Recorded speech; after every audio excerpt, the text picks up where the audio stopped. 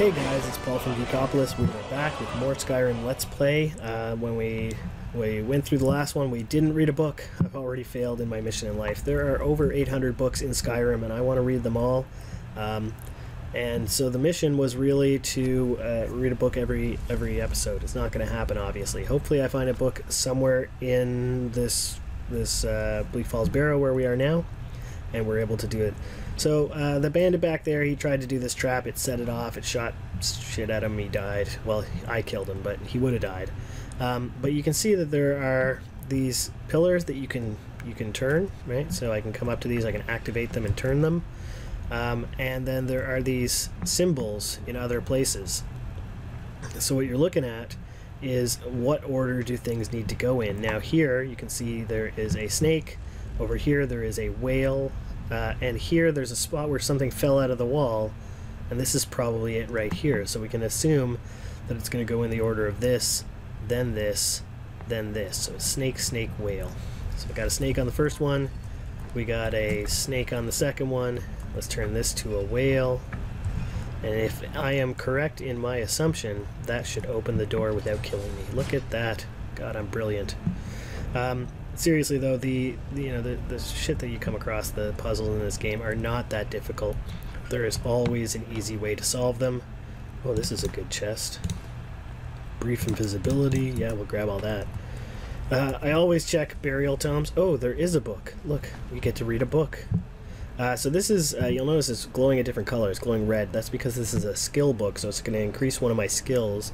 But it is also a book. So I guess today we are reading Thief. So let's read Thief. My pickpocket has increased, and this is by Revan. So, if the reader has not yet had the pleasure of reading the first volume in these series on the life of Isol Errol, or Eslaf Errol, beggar, he should close this book immediately, for I shan't recap. That's okay, we're not scared. We don't mind spoilers. I will tell you this much, gentle reader. When we last saw Eslaf, he was a boy, an orphan, a failed beggar, running through the wild winter woods of Skyrim. Away from his home of Errolgard, he continued running, stopping here and there for many more years until he was a young man. It's kind of like the Forrest Gump story, right? He just ran until he grew up a bit. Eslaf discovered that among the ways of getting food, asking for it was the most troublesome. Far easier was finding it in the wilderness or taking it from unguarded market stalls. The only thing worse than begging to get food was begging for the opportunity to work for the money to buy it. That seemed needlessly complicated, right? Who needs to work? No, as far as Eslaf was concerned, he was best off being a scavenger, a beggar, and a thief. He committed his first act of thievery shortly after leaving Errolgard while in the southern woods of Tamburkar, in the rugged land near Mount Jensen, just east of the village of Horheld. Or Horbeld? Probably Horbeld. Eslaf was starving, having not eaten anything but a rather scrawny raw squirrel in 4 days, and he smelled meat cooking and then found the smoke. A band of minstrel bards was making camp. He watched them from the bushes as they cooked and joked and flirted and sang.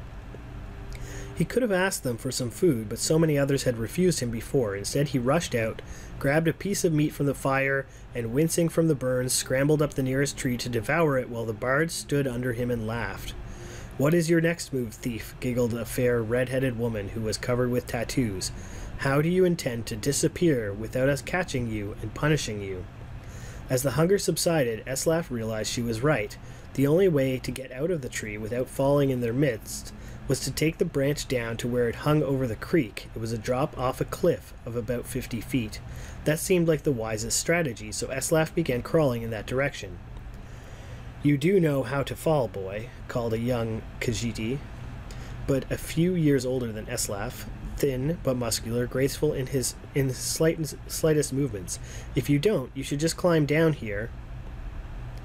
And take what's coming to you. It's idiotic to break your neck when we just give you some bruises and send you on your way." "Of course I know how to fall," Eslaf called back, but he didn't. He just thought the trick of falling was to have nothing underneath you and let nature take its course. But 50 feet up when you're looking down is enough to give anyone pause. "I'm sorry to doubt your abilities, Master Thief," said the Khajiit, grinning.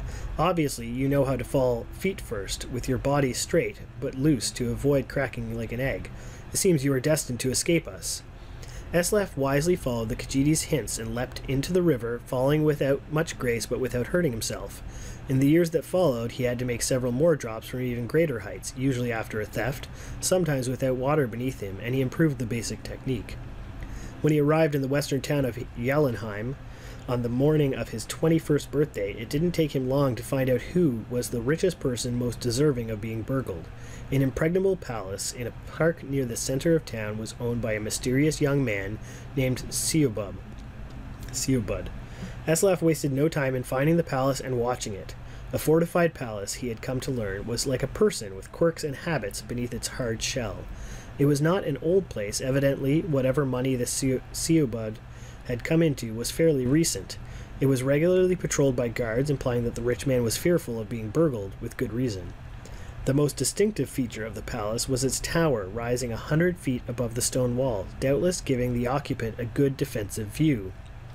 Eslaf guessed that if Siobud was as paranoid as he guessed him to be, the tower would also provide a view of the palace storehouse. The rich man would want to keep an eye on his fortune. That meant that the loot couldn't be directly beneath the tower, but somewhere within the courtyard, or somewhere in the courtyard within the walls. The light in the tower shone all night long, so Eslaf boldly decided that the best time to burgle was by the light of day, when Siobud must sleep. That would be the time the guards would least expect a thief to pounce, and so when the noon sun, not the moon sun, that makes no sense. When the noon sun was shining over the palace, Eslaf quickly scaled the wall near the front gate and waited, hidden in the crenellations. The interior courtyard was plain and desolate, with few places to hide, but he saw that there were two wells.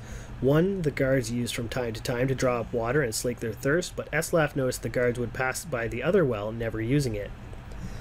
He waited until the guards were distracted, just for a second, by the arrival of a merchant in a wagon bearing goods for the palace. While they were searching his wagon, Eslaf leapt elegantly feet first from the wall into the well. It was not a particularly soft landing, for, as Eslaf had guessed, the well was not full of water, but gold. Still, he knew how to roll after fall, and he didn't hurt himself. In the dank subterranean storehouse, he stuffed his pockets with gold and was about to go to the door which he assumed would lead to the tower, when he noticed a gem the size of an apple, worth more than all the gold that was left. Eslaf found room for it down his pants. The door did indeed lead to the tower, and Eslaf followed its curving stairwell up, walking quietly but quickly. At the top, he found the master of the palace's private quarters, ornate and cold, with invaluable artwork and decorative swords and shields on the wall. Eslaf assumed the snoring lump under the sheets was Siobud, but he didn't investigate too closely. He crept to the windows and looked out. It was going to be a difficult fall for certs. I like that he's using, like, it's almost like he's using, like, Twitter slang. Like, for totes. Totes adorbs. Anyway, it was going to be a difficult fall for certs. He needed to jump from the tower, past the walls, and hit the tree on the other side. The tree branches was hurt, but they would break his fall, and there was a pile of hay he had left under the tree to prevent further injury. Eslaf was about to leap when the occupant of the room woke with a start, yelling, "My gem!" Eslaf and stared at him for a second, wide-eyed. They looked alike, not surprising since they were brothers. Eslaf Errol's story is continued in the book Warrior. That's a pretty cool story, actually. I really enjoyed that one. And I got a little bit of value out of it because it increased one of my skills. So, let's sneak down here. Again, I don't expect the sneaking to work, but there's going to be some guys down here who are going to notice me, and they are just rats. So we will stab them in the face, or burn them with the lightnings. I'm getting a lot farther than I expected, but that's okay. They have noticed me now. I will burn them with the lightnings, or shock them with the lightnings, stab them with the... There we go. Yeah,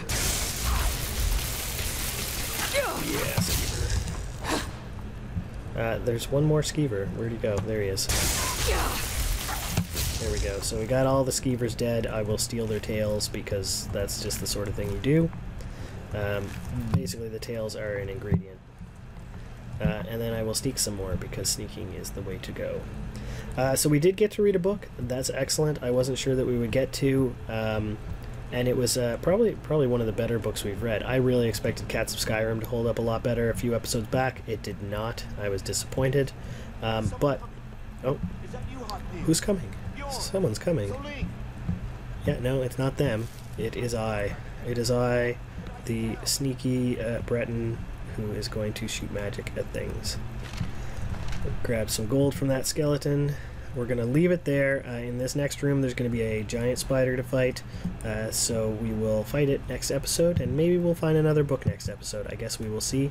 But again, thanks guys for watching. It has been great. We've gotten a little farther, and next time we will probably finish this quest unless we die. Although if we die, we'll probably still finish this quest, because I'll cut that part out and pretend it never happened. Anyway, thanks for watching, and I will see you guys next time.